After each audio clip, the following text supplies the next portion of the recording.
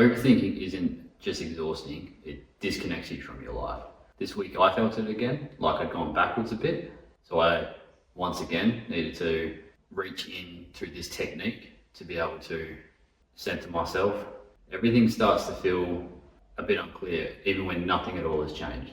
And the problem as humans do, we think that we need to think our way out of that feeling, when in fact it's kind of the opposite. Most thinking is mental noise.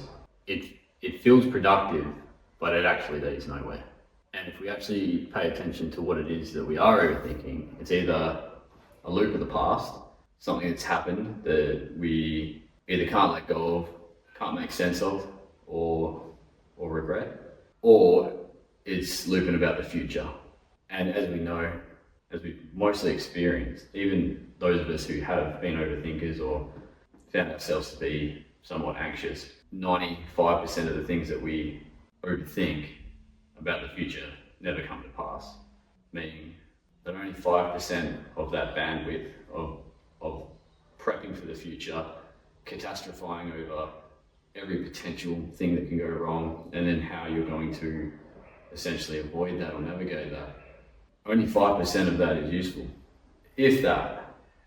When we're overthinking, it feels like we're solving something, but we actually never arrive anywhere.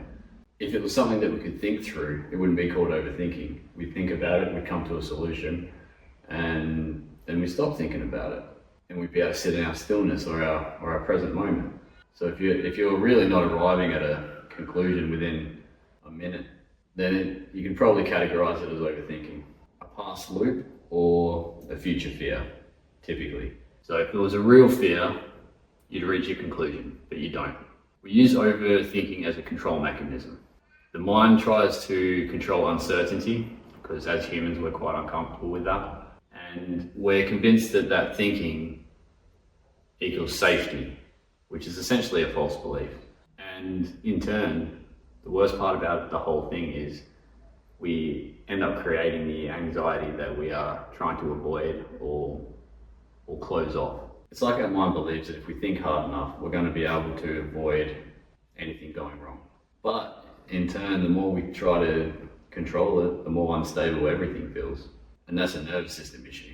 And that's because we're sitting there or laying there, pretty much manually dysregulating our nervous system. So when it comes to the nervous system, the anxiety isn't just mental, it's a full body response, a physiological response. And an activated nervous system equals faster thinking. So we need to get out of the loop of trying to think our way out of things, because our thinking activates the nervous system, and the nervous system activates the thinking. And really the key to tackling this is having the awareness of what you're actually doing. And it can be hard to break out of. One thing we tend to not pay attention to enough is that gut feeling that we have, and that's in any certain situation. A lot of the time anxiety seems to come when a situation arises from us ignoring that gut feeling in the first place. Often if we pay attention to that gut feeling, we move in a way that is genuine to our life path.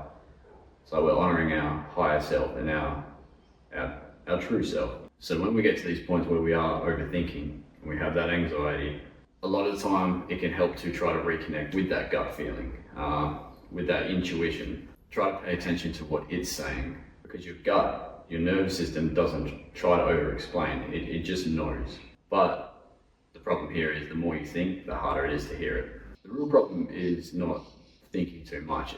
The real problem is that we are ignoring our internal signals, our gut feeling, our nervous system. So essentially we end up living in our mind instead of in our body. And our body is our subconscious. And in my experience, my subconscious, my gut feeling, tends to be right about things far more than my mind does. But the thing is, if we're not aligned with our gut feeling and our nervous system in a way that we trust it, then when that feeling comes, we don't believe it and we override it with our mind. And that's usually when things start to feel off. I'm sure you can relate to that. When you go against that gut feeling and you know it's not right, but your brain's telling you that no, this is the right decision. It makes sense in my mind. So when we start to overthink, we've got to realize, okay, that's essentially a form of anxiety. It's showing misalignment. Take a And it's going to take your awareness to be able to snap out of that. Looking at yourself, zooming out. What is it that, think to yourself, no matter how much I think about this problem, I will most likely not come to a solution, because if I was going to come to a solution, it would have happened already. Then there's two things that I use to get back down to a point where I can hear my gut feeling and listen to my nervous system. First of all, it's exercise. Go for a walk, go do a workout, do something, do 30 minutes of movement. Other than that, breath work. Simple as 4 seconds in, 6 seconds out.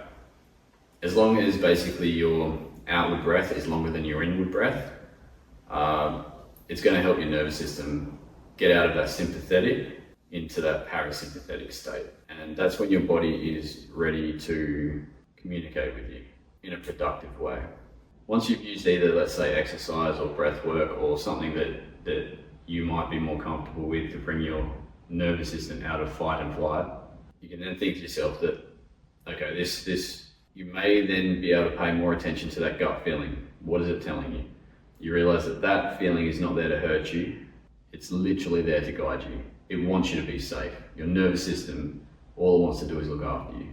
And if you listen to it, it can do its job. Because clarity isn't achieved through thinking or overthinking. It's revealed when you stop interfering. So you don't need more thinking, you need more awareness and more trust, because at the end of the day, your body already knows. So you don't need to figure everything out right now. We just need to start listening instead of overriding. And that's not easy to do to start with, but through practice it becomes easier and easier, because that thought, that overthinking will start, and the more you disrupt that automated process, use breath work to bring yourself back down, the easier it is to spot it. Your awareness gets stronger and stronger, to the point that you'll be able to feel it pop up and shut it down immediately. Because through neuroplasticity, we can retrain everything about the way our mind works, the way our brain works. Your body already knows the direction. Your mind just needs to get out of the way. So to reframe, we're overthinking because we think we can solve a problem. We need to settle our nervous system, use our awareness, listen to our nervous system, listen to our gut. Trust that it does know, because it does. And then within time, we will stop overriding it with what we believe is a logical thought or decision, which often in hindsight we realize wasn't the best choice. And so essentially the best way to avoid this looping overthinking, this anxiety, is to bring ourselves back to that initial moment, making that decision before the circumstance, which is going to lead to better outcomes. And better outcomes are going to lead to it. And those better outcomes are going to lead to a more peaceful life. And that's what we all want, right? So let me know your thoughts. I'd like to know if anyone's tried this, if anyone can relate, or if there's something that's been on your mind you're trying to solve and you are trying to look for a technique. Because I'd like to make these videos pretty much accustomed to what people are struggling with. So I'm trying to learn that. I've got a lot of techniques and a lot of messages I'd love to pass on to people. So hit me up, let me know. All right, have a good day.